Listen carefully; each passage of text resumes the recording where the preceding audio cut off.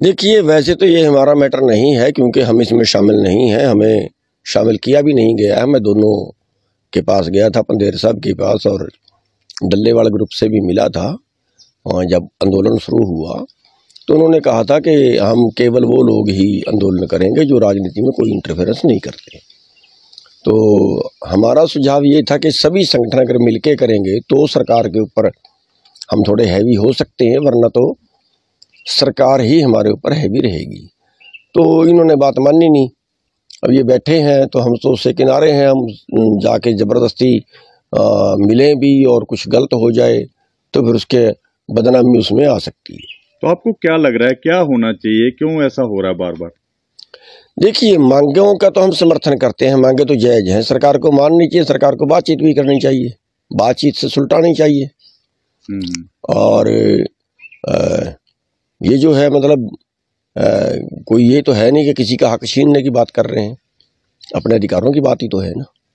प्रशासन ने धारा 144 यानी कि 163 लगाई हुई है। वो कह रहा है कि प्रशासन कह रहा है कि आगे नहीं जाना चाहिए, हमने धारा लगाई हुई है और पहले ही आप परमिशन दिखाइए। देखिए, वो धारा तो इनके घर की है, जहां मर्जी लगा दें, 50 फुट इधर लगा दें, 50 फुट उधर ना लगाएं, ये तो इनके घर की है। और वो कोई ये थोड़ी है कि कोई उग्रवादी आ रहे हैं इसलिए, या कोई ऐसी कोई पोजीशन पैदा होने वाली है जिसके लिए वो लगाई है। हाँ, जो परमिशन की बात है वो ये पूछ रहे होंगे कि भाई दिल्ली में कहाँ जगह जाके बैठेंगे आप, किस जगह बैठेंगे, जंतर मंतर में बैठेंगे, रामलीला ग्राउंड में बैठेंगे, उस पे इंडिया गेट पे बैठेंगे, कहाँ बैठेंगे, वो पूछ रहे होंगे वो। क्योंकि दिल्ली के अंदर तो जो है वो परमिशन, जहाँ भी हम प्रदर्शन करें वहाँ की परमिशन होती है। आपको नहीं लग रहा कि अगर सभी संगठन इकट्ठे होते हैं तो इतना टाइम बैठने की जरूरत नहीं पड़ती वहाँ पे? नहीं, देखिए, ज़्यादा जब लोग इकट्ठे होते हैं, सभी लोग इकट्ठे होते हैं तो उसका वजन तो ज़्यादा बढ़ता ही है। और इस आंदोलन में भी सबको इकट्ठे होना चाहिए था, लेकिन उन्होंने इकट्ठे होना तो बहुत दूर की बात है, जो आप जाना चाहते थे उनको भी साथ में नहीं मिलाया, वो और गलत हो गया। डल्लेवाल का अनशन तो आज 11 दिन से भी ऊपर हो चुके हैं। नहीं, सरकार को सीरियस लेना चाहिए, जागना चाहिए, सरकार को बातचीत के जरिए सुलटाना चाहिए। उपराष्ट्रपति ने भी कहा है कि उन्होंने एक स्टेटमेंट दी है, परसों उन्होंने कहा है, तो कैसे देखते हैं आप? उसके पीछे तो मेरे को कहीं गड़बड़ लगती है, क्योंकि बीजेपी का एक आदमी है, बीजेपी का ने जो है बनाया है। अब या तो उसकी कहीं बीजेपी से गड़बड़ी शुरू होगी, किसी राजनेता से आपस में गड़बड़ी शुरू होगी, उसकी वजह से वो बोला है। क्यों? अब उधर तो उसका कुछ बचेगा नहीं और पब्लिक में वो जिंदा रहेगा नहीं। तो अगर उसको पब्लिक में जिंदा रहना है, उधर से उसका टाइम नजदीक लग गया होगा। अब अगर पब्लिक में उसको जिंदा रहना है तो फिर ये मुद्दा बड़ी आ गया। तो ये लगता है कोई उसको किसानों की चिंता अगर उसको है तो फिर जिस दिन से वो उपराष्ट्रपति है उस दिन से क्या कर रहा था? उसके पहले भी बीजेपी में था।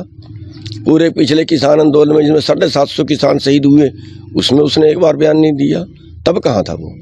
दूसरी तरफ नोएडा की बात करें, वहाँ किसान बैठे हुए हैं। किसान नेता राकेश टिकैत को भी हिरासत में लिया गया था, गिरफ्तार किया गया। देखिए, बिल्कुल सरकार वहाँ पे गलत कर रही है, धक्केशाही कर रही है उन किसानों के साथ। वो भी अपना अधिकार मांग रहे हैं। वहाँ पे जमीन अधिग्रहण का मैटर है, उसमें कुछ जो हिस्सा किसान को देना होता है उसका मैटर है, वहाँ के मुआवजे का मैटर है।